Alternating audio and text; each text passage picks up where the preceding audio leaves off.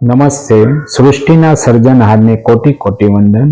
Frozen shoulder, ખભો જકડાઈ જાય એની exercise જોવાની છે, એક્ટિવ આસિસ્ટેડ કે સપોર્ટ સાથે, કે દર્દી એકલા એના હાથે ન કરી શકે તો આપણે એક્સટર્નલ સપોર્ટ સાથે એને કઈ રીતે આપણે મદદરૂપ થઈ શકીએ. દાદા હાથ ઊંચો કરો તો જમણો હાથ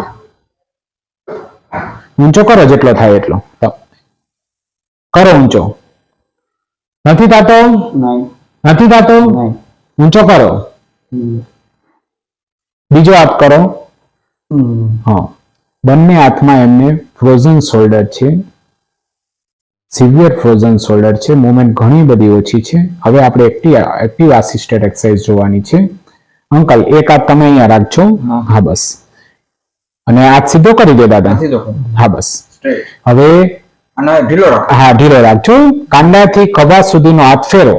પેલા એમને અંકલ સૂચના આપો ફેરવવાની, અને પછી જેટલો એ ફેરવી શકે ને પછી તમે મદદ કરજો.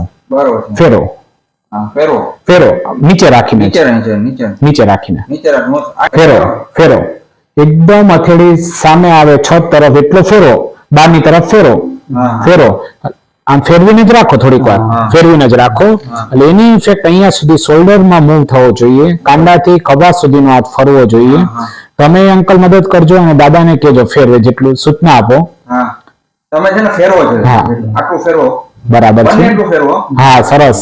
સહન થાય એટલું કરવાનું છે, તમને ટેકો મળશે જેટલું કરી શકો એવું. એક સાથે આપણે 5-10 વાર થઈ શકે, દિવસમાં 2 થી 3 વાર, જેવી અનુકૂળતા. નેક્સ્ટ. હવે કોણીમાંથી વાળેલો છે હાથ દાદાએ. કોણીમાંથી હાથને બહાર લેવાનો છે દાદા. પેલા એમને અંકલ લેવા દેજો, જેટલો થાય એટલો એમનાથી કરો બહાર. તમે બહાર લો. ધીમે ધીમે ધીમે ધીમે ધીમે ધીમે શાંતિથી શાંતિથી લાવો દાદા બહાર. પેલા અંકલ એમને સૂચના આપો જેટલો જાય કોણીમાંથી વાળીને જ રાખજો. એલ્બો આપણે એટલે ફ્લેક્સ કરાવી છે કે લીવર આમ ઓછો થશે તો એમને એક્ટિવ ફોર્સ ઓછો કરવો પડશે અને કમ્ફર્ટેબલ લાગશે. હા, ઇનિશિયલ ફેઝમાં આપણે જેટલું એમને સેલી ટ્રીક અપનાવીએ એટલું એમનામાં ઇમ્પ્રુવમેન્ટ વધારે આવી શકશે. સરસ. ના, ધીમે ધીમે થોડીક અંકલ રોકી રાખો. એમને એબડક્શન માટે કરીએ છીએ. એબડક્શન મોર કોમ્પ્લિકેટેડ રેન્જ છે, એ 80-90 સુધી આવે અત્યારે active Assis more than enough છે. અધરવાઇઝ ઇન્સ્ટેબિલિટી પ્રેઝન્ટ થશે શોલ્ડરમાં.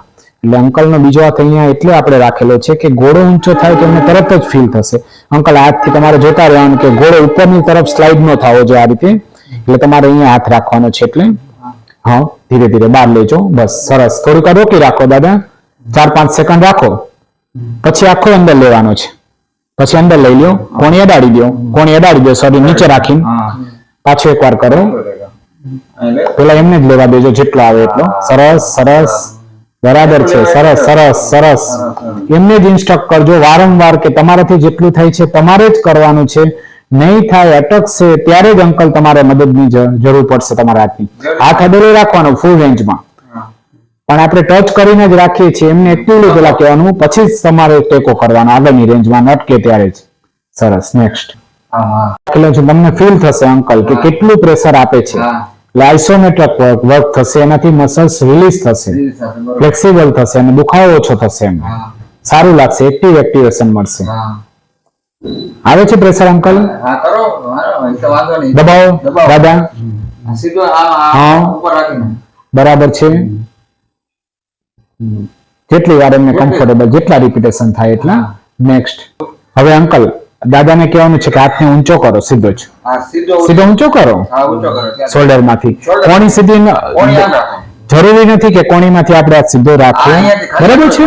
આપણે ખભામાંથી ઉપર રેન્જ, ફ્લેક્શન રેન્જ મેળવવી છે. કરો ઊંચો દાદા, કરો, થાય એટલો કરજો. કોણીમાંથી બેન્ડ હશે તો લીવર આમ ઓછો શોર્ટ થશે અને એમને વર્ક ઓછું કરવું પડશે, ડિસ્કમ્ફર્ટ ઓછું લાગશે શરૂઆતના સ્ટેજમાં. કરે છે અંકલ? બરાબર છે ને? કરો દાદા, હા. તમે સૂચના આપો એ જેટલી કરી શકે. અને અહીંયા હાથ રાખજો. હા, અહીંયા રાખો. હજી થોડુંક વધારે રેન્જ આપણે મેળવી શકશું. બસ, વેરી ગુડ, સરસ. હા, હવે કરો. તમે સપોર્ટ એ કરજો. ટૂંકમાં 100% એ નહીં કરે કે તમે નહીં કરતા, 50-50 જેટલું થાય એટલું કરો.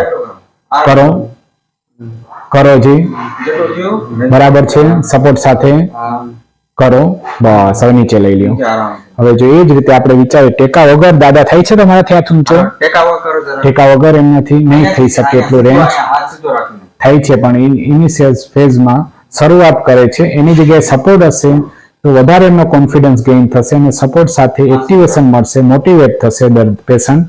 હવે અંકલ તમે ટેકા સાથે કરાવો તો પાછું કોણીમાંથી વળાવી દો હાથ. હા. હવે કરાવો અંકલ, કયો દાદાને ઊંચો કરે, ઊંચો કરો. ઊંચો કરો દાદા, ઊંચો કરતો રહે. કરો ઊંચો. થાય એટલું સહન થાય છે ને? હા તો બસ થાય એટલું કરવાનું, ધીરે ધીરે ટ્રાય કરજો. આ વિડીયોમાં આપણે જોયું એક્ટિવ આસી ટેકા સાથે સ્ટીફ શોલ્ડર, ફ્રોઝન શોલ્ડરમાં કે એક્સટર્નલ સપોર્ટ સાથે ફેમિલી મેમ્બર બીજા સપોર્ટ કરે તો આપણે રેન્જ મેળવી શકીએ છીએ. પેશન્ટ કદાચ શરૂઆતના સ્ટેજમાં એમને એટલો એફર્ટ ન કરી શકે, એટલે ટેકા સાથે દિવસમાં 2-4 વખત કરવાથી એમની રેન્જમાં ટૂંકા ગાળામાં આપણે રિઝલ્ટ મેળવી શકશું. આ વિડીયો સાંભળવા જોવા માટે ખૂબ ખૂબ ધન્યવાદ. જય ભારત, જય હિન્દ.